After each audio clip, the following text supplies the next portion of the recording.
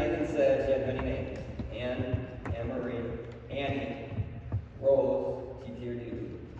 Whatever names you used with her, her smile would light up the room, whether it was just having conversations with people or hanging around with your nieces and nephews. Anne never had any children of her own, but in actuality, she had many cousins, nephews, and nieces that she loved very much and enjoyed watching them over the years. And you were always there to help us with our children.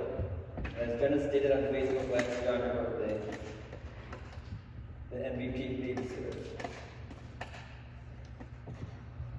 One day, at our house, she slept over after watching Ethan. And Ethan and I were coming home from church. And he goes, "Dad, do you think Jude was still at our house?" And I told him that I wasn't sure. And as we were making a turn towards the house, he saw her red car there, and he said, "Yes." All of our kids just loved hanging out with you, whether they were 4 years old or grown adults. Anne was our go-to, or for at least me, for remembering things when we were children. It was not even a year ago.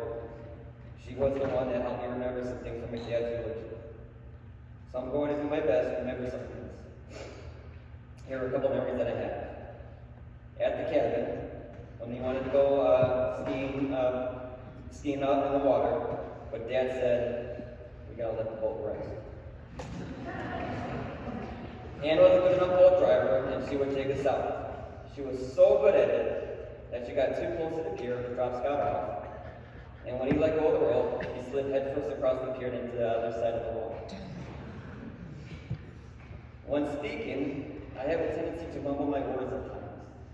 And thank you for being my translator when you were the one that could understand what I was trying to say while others couldn't. Unknowingly, Anne helped me, or helped through a surprise birthday run. In order to get me out of the house, she asked if I wanted to practice driving a car with her. Now, mind you, I did not have my license at the time, and I don't even think I had my temps. When Mom couldn't take us to church, but we still had to go, instead of going, she would drive us around the hour and a half while church was going on.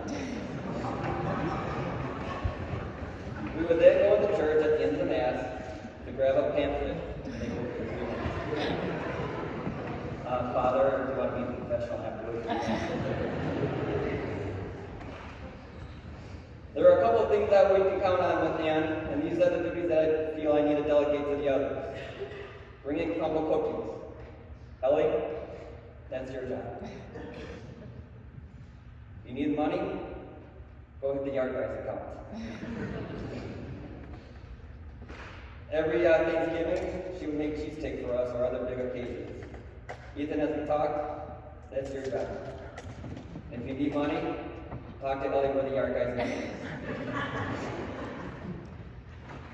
She would love to use our pools when we were out of town, and since Melissa, you were with her half the time at the pool, that is your job now. Then the best memory, and very fortunately on a blind date, you met the love of your life in Chris.